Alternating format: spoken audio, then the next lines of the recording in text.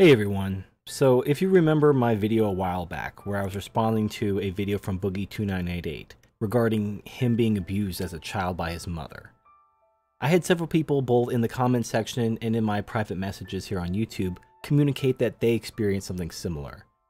And reading their comments and thinking about my own history, I came to somewhat of a realization. And earlier today I was in a hangout with Warhorse and Transversible, and I brought this subject up and had it confirmed again, so I want to share this with you.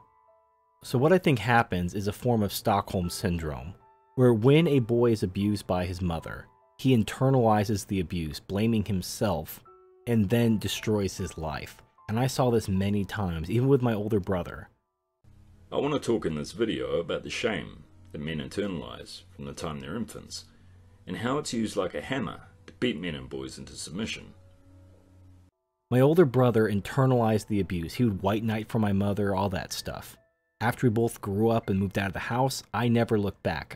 I never cared to look back. But my brother would try to maintain a relationship with my mother, and he ended up destroying his life. And there's another man who I'm not going to name, but he private messaged me on YouTube talking about he was abused by his mother, and he tried to destroy his life with drugs and alcohol because he was too much of a coward, his word not mine, to take his own life. Now, I spent my early years trying to understand why so much contempt and blame was directed at me growing up.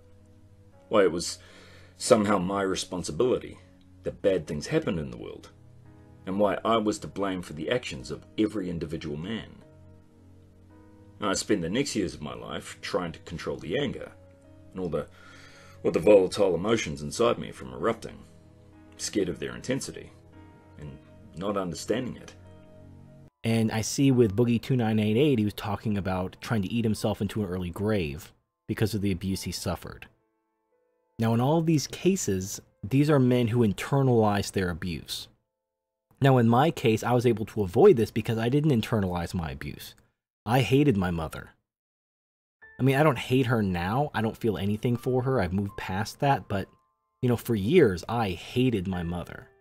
And I would get all kinds of crap for that. People are like, oh, how can you hate your mother? She carried you. Well, here's why I hated my mother. She abandoned me the moment the welfare checks got cut. Like in California, the welfare, and I don't know if it's changed since then, but when I was growing up, when you turn 12, the welfare goes down. So my mother basically had me in order to trap my father with a baby to get the child support and the welfare. And as soon as the welfare checks went down because I was 12, she abandoned me and I ended up having to live with my grandma. So if there was no money in it for her to give birth to me, she wouldn't have given birth to me. She probably would have aborted me. She only had me to get money from others. That's the kind of woman my mother was. I don't owe her fucking shit.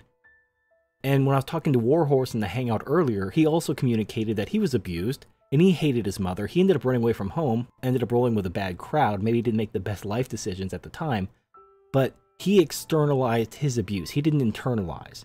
And as a result, me and Warhorse, we did not destroy our lives. But I see people like Boogie, I see people like my brother, I see other people, like the people who communicated with me in the comment section and in my private messages, who did, at least for a temporary time, destroy their lives because of the abuse they felt. So I really think this is a very important issue. I really want to try to crack what the key is to help men not internalize their abuse. I think it's closely related to Stockholm Syndrome. I believe it has something to do with the way we are conditioned as men to be responsible for women, particularly in a single mother scenario, where you're the man of the house and so forth. So all these expectations are put on you as a man to be responsible for this woman, this older adult woman who's looking to you to be the responsible party because she's a woman. And because of this, you get put in this paradox where you're being abused by a woman and you don't understand, you don't have the mental development or the maturity to understand that she's using you, manipulating you. So you get put into this catch-22 where you're just being abused, but you have this mixture of love and hate. And because she's your mother, and because society tells you, oh, she's your mom, you have to love her, you have to take care of her, all you can do is turn all that hate inward.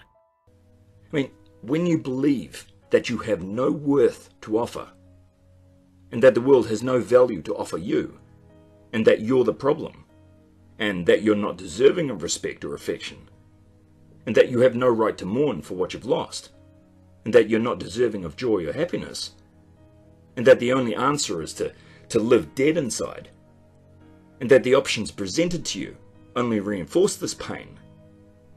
And is it any wonder that self-medication or death seems like the only viable options for a man to end his pain?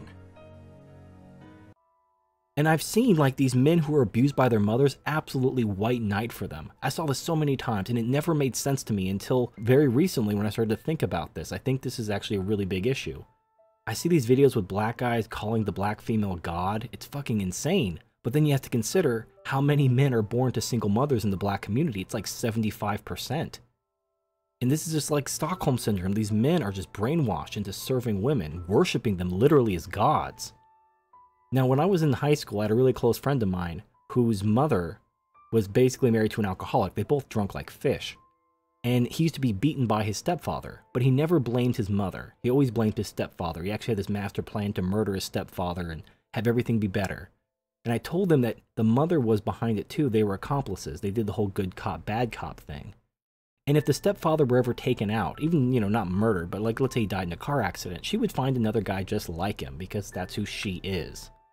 But he never blamed his mom. And like my brother, like Boogie, he destroyed his life.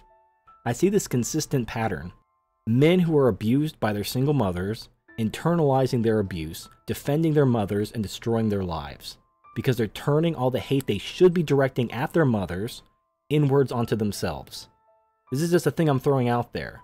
I think the key is to rightfully turn that anger and hatred outwards towards your mother and not internalize it yourself. But I don't know what the key is. How do you unlock that in men's mind to get them to do that? I mean, I was able to do that. It sounds like Warhorse was able to do that. But I think this is a very rare. We are the exception, not the rule. Most men who are abused by their single mothers become simps and white knights and end up destroying their lives. But the only way to beat demons are to hit them head on. And exposure therapy, it works for a reason. We beat down those defenses. We take ownership of our fear. We take ownership of our shame. And we create networks of support with men who will respect us and challenge us to think and feel more deeply. And we forgive ourselves. And we attribute blame to where it belongs. But through understanding the motivations of others, we forgive. And not forgiveness for what was done to us, but so we can let go and move forward. Yet we own our experiences and our pain. And we understand it wasn't our fault. So that can't be used to shame us or force us to conform anymore. So let me know in the comments section what you think. I really would like to unlock this key to help men understand and not internalize their abuse, but actually turn it rightly where it belongs. And in this case, I think hate and anger might actually be the answer. But let me know in the comments section. Thank you for watching, and I'll see you next time.